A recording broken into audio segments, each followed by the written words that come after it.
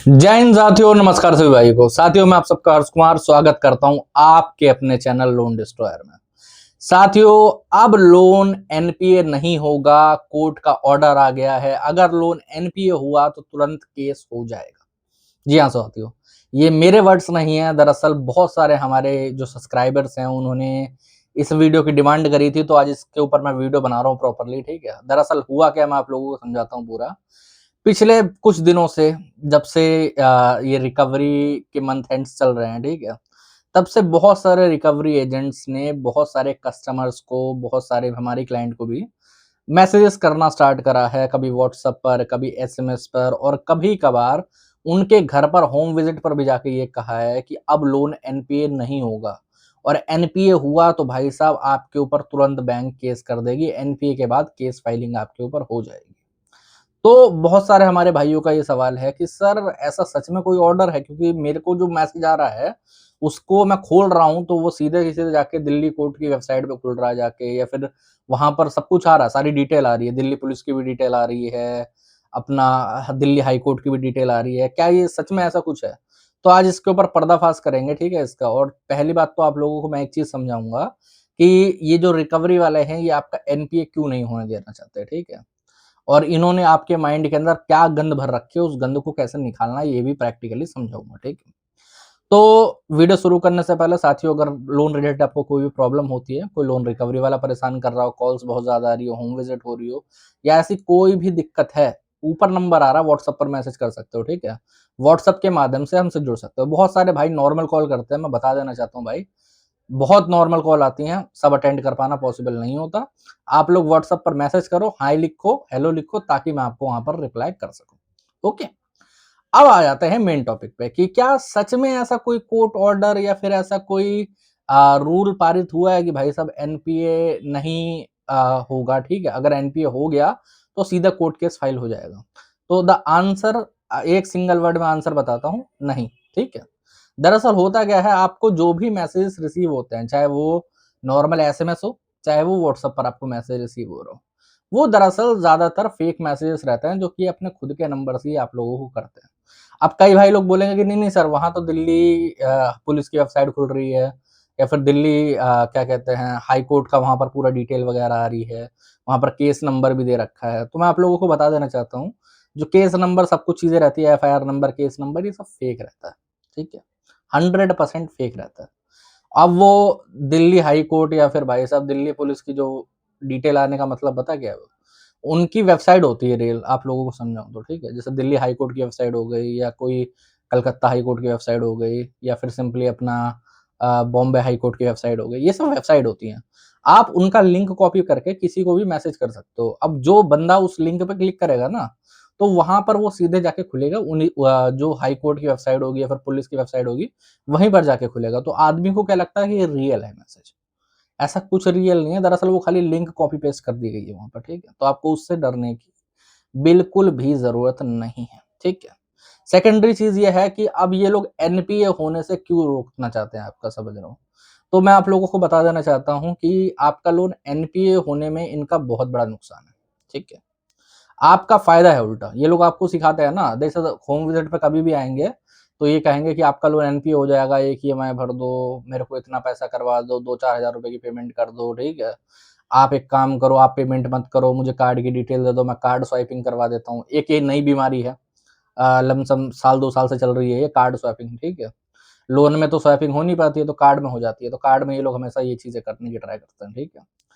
अब होता क्या है कि एनपीए से पहले पहले जो शुरुआत के 3 मंथ रहते हैं, 90 से 94 डेज के बीच में, ठीक है, मतलब 1 से लेके 94 डेज के बीच में, तो भाई उसके अंदर इनको बहुत मोटी कमीशन मिलती है, ठीक है। तब ये कॉन्ट्रैक्ट बेस पे भी रहता है, और इनको कमीशन, चाहे आप कोई पेमेंट करवाओ या पेमेंट मत करवाओ, अगर पेमेंट करवाओगे तो कमीशन बढ़ जाएगी, अगर पेमेंट नहीं भी करवाओगे तो भी इनको एक सर्टेन अमाउंट ऑफ कमीशन मिलती रहती है। मैं जैसे सपोज करते हैं कि आपके कार्ड का बिल है 2 लाख रुपए, ठीक है, तो उनको उसका कुछ परसेंट मिलता रहेगा। जी हाँ, चाहे वो पेमेंट करवाए ना, पेमेंट करवा देंगे तो पेमेंट जो करवाते हैं, जैसे मान लो सपोज करते हैं 10 हजार रुपए की पेमेंट करवा दी, ठीक है, आपसे लेके, अब वो 10 हजार में उनको कम से कम 20 या 30% जो भी है, 2-3 हजार रुपए मिलेगा। और वैसे भी उनको नहीं भी करवाएंगे तब भी उनको पेमेंट मिलती रहेगी। लेकिन एनपीए के बाद जो उनकी कमीशन होती है वो हो जाती है बंद, खाली कॉन्ट्रैक्ट बेस पे हो जाता है। और कॉन्ट्रैक्ट का एक भी रुपया रिकवरी वाले की जेब में नहीं जाता, वो जाता है एजेंसी ओनर, जो एजेंसी थर्ड पार्टी रहती है ना, उनके ओनर की जेब में चला जाता है, सिंपल अगर वर्ड में कहा जाए तो, ठीक है। अब भाई साहब जब रिकवरी वाले को कोई बेनिफिट नहीं हो रहा, ठीक है, एनपीए होने के बाद आपके लोन का, तो वो क्यों एनपीए होने देना चाहेगा, ठीक है। और सेकेंडरी चीज ये है, वो आपका जो सेटलमेंट है वो सिर्फ इस बेस पर टिका होता है कि आपका लोन एनपीए होगा, उसी के बाद सेटलमेंट का प्रोसीजर स्टार्ट होगा। बैंक कभी भी एनपीए से पहले सेटलमेंट नहीं करती है, ठीक है। दरअसल मैंने बहुत महीने पहले एक वीडियो बनाया था, उसमें कुछ लोगों ने कमेंट करा था कि नहीं नहीं एनपीए से पहले भी हो जाती है सेटलमेंट। तो मैं उनको लिखित में देना चाहता हूँ कि मुझे एक रिकॉर्ड दिखा दो कि भाई साहब जो एनपीए से पहले सेटलमेंट हुई है लोन की, ठीक है। नहीं होती भाई, एनपीए से पहले सेटलमेंट कभी भी नहीं होती है, समझे। तो जब एनपीए से पहले सेटलमेंट होती नहीं है और इनको अच्छी खासी कमीशन भी मिलती है एनपीए से पहले, तो ये आपका लोन एनपीए होने क्यों देंगे, पहली बात तो, ठीक है। ये अलग अलग तरीके से आपको बहलाने की, आपको फुसलाने की ट्राई करेंगे। जैसे मैं आपको एक कॉमन फैक्ट बताता हूँ, ठीक है। ये लोग हमेशा आपको ये चूरन देते हैं कि एनपीए अगर आपका लोन हो गया तो आपके खिलाफ केस फाइल हो जाएगा, और कस्टमर के दिमाग में ये डाला भी जाता है। और सच्चाई बात है कि देखो, एनपीए के बाद कोई भी बैंक आप पे ईसीएस बाउंस का या चेक बाउंस का केस फाइल कर सकती है, ऑन पेपर है, ठीक है। लेकिन क्या सच में वो लोग केस फाइल कर देते हैं तुरंत के तुरंत? नहीं। मैं आपको बताना चाहूंगा, अगर किसी भी बैंक में 100 लोगों का लोन डिफॉल्ट होता है, ठीक है, तो उनमें से 2 या 4 लोगों पे कुल मिला के केस फाइल होगा। 96 या 95 लोगों पे कभी भी कोई केस फाइल नहीं होगा। ना ईसीएस बाउंस का होगा, ना चेक बाउंस का होगा, ना कोई फॉर्जरी का केस होगा। ऐसा क्यों? क्योंकि बैंक खाली अपना लीगल सिस्टम थोड़ा चलाने के लिए हल्के फुल्के केस फाइल करती है। उनको भी पता है कि केस फाइल करने से मुझे कोई पैसा नहीं मिल जाएगा। अगर मान लो कोर्ट केस जाता भी है, बंदा बेल ले लेता है, डेट पे उसका लॉयर जाता रहता है, तो वहां जाके भी सेटलमेंट ही हो जाती है। ऐसा नहीं कि वहां पर जाके कोर्ट में पूरा पैसा आपको भरना पड़ता हो, वहां पर भी ऐसा कुछ नहीं होता। एट द एंड वहां पर भी सेटलमेंट ही होती है। और सेटलमेंट ऐसा नॉर्मली तरीके से भी आदमी कर लेता है अगर उसे सही ऑफर मिले तो, है ना। तो इसीलिए ज्यादातर बैंक खाली ये दिखाने का, लेकिन रिकवरी वाले इसका फायदा उठाते हैं। उनको आपको डराना है, वो बोलेंगे भाई केस हो जाएगा, ये हो जाएगा, फलाना ढिमकाना, ये वो कोर्ट ऑर्डर आया है, नया रूल आया, फलाना आया, ढिमकाना, ऐसा कुछ नहीं है, ठीक है। सेकेंडरी चीज ये है कि ये आपको एक और चूरन देंगे सेटलमेंट के बहाने कि भाई साहब एक काम करो, आप इस महीने की एक ईएमआई पे कर दो, मैं अगले महीने आपको 10% का सेटलमेंट का ऑफर दे दूंगा, मैं आपको 15% में सेटलमेंट करवा दूंगा, 5% में करवा, कभी कभार इतना भी बोल देते हैं कि हाँ आपका 10-5 हजार में करवा दूंगा मैं सेटलमेंट। ये सब चूरन दे रहे हैं और कुछ नहीं है, ठीक है। अगर आप लोन में अपने पेमेंट कर ही दोगे, अगर आप 5 हजार, 10 हजार, 1 हजार, 2 हजार की भी पेमेंट कर दोगे, तो आपका जो लोन अकाउंट है वो एनपीए से हटके नॉर्मल में कंसिडर होने लगेगा, मतलब रेगुलर अकाउंट में आ जाएगा। तो भाई वो उसकी सेटलमेंट क्यों करेगा, है ना। वो उसकी सेटलमेंट करेगा कि बैंक सेटलमेंट क्यों करेगा जिस अकाउंट में पैसे ही आ रहे हैं, तो है ना। वहां से सेटलमेंट का आपका रिकॉर्ड हट जाएगा, समझ लो। सेकेंडरी चीज ये है कि अब कई लोग ये गलती और करते हैं कि वो लोग खुद से ही डर के बहुत ज्यादा अपने लोन में या फिर अपने जैसे एनपीए बचाने के चक्कर में कई लोग ऐसा करते हैं कि 2 महीने की ईएमआई अनसिक्योर में भी करते हैं। जैसे सिक्योर में तो चलो आप कर रहे हो, वो तो एक बार को समझ में आता है, ठीक है। लेकिन अनसिक्योर लोन में भी, जिसमें भाई कोई गारंटी नहीं दे रखी है, उसमें पता क्या करेंगे, 2 महीने की ईएमआई नहीं भर पा रहे, 1 महीने की इधर उधर से उधार लेके भर दी। अब सोच रहे हैं कि उसके बाद का 2 महीने डिफॉल्ट कर दूंगा, अगले 1 महीने बाद भर दूंगा, एनपीए नहीं होगा। ऐसा नहीं है, डेज काउंट होता है। जैसे मान लो 2 महीने आपने नहीं भरा, 1 महीना आपने भर दिया, उसके अगले महीने डिफॉल्ट होगा, हो जाएगा 3 महीने पूरा, समझ रहे हो। तो इसीलिए आपको थोड़ा माइंड से काम लेना जरूरी है। कई लोग पता है, एक हमारे सब्सक्राइबर थे राजस्थान से, ठीक है, उनके साथ क्या हुआ था घटना आपको बताता हूँ।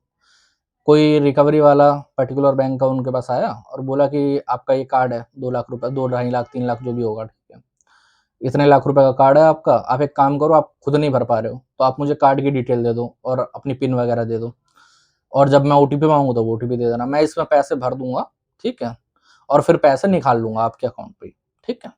आप मुझे वो कैश वापसी कर देना सामने, ठीक है, और जो ऊपर से 1,000, 2,000, 4,000 रुपए का चार्ज लगेगा वो आप पे कर देना, खत्म कहानी। अब क्लाइंट को शुरुआत में बहुत अच्छा लगा कि यार कस्टमर ने तो मतलब वो रिकवरी वाला तो बहुत अच्छा काम कर रहा है, बहुत बढ़िया, मेरे लिए फायदा वाली चीज है, ठीक है। अब हुआ क्या, जब पहले महीने पैसे निकाले तब चार्ज लगा 2,000 रुपए, ठीक है।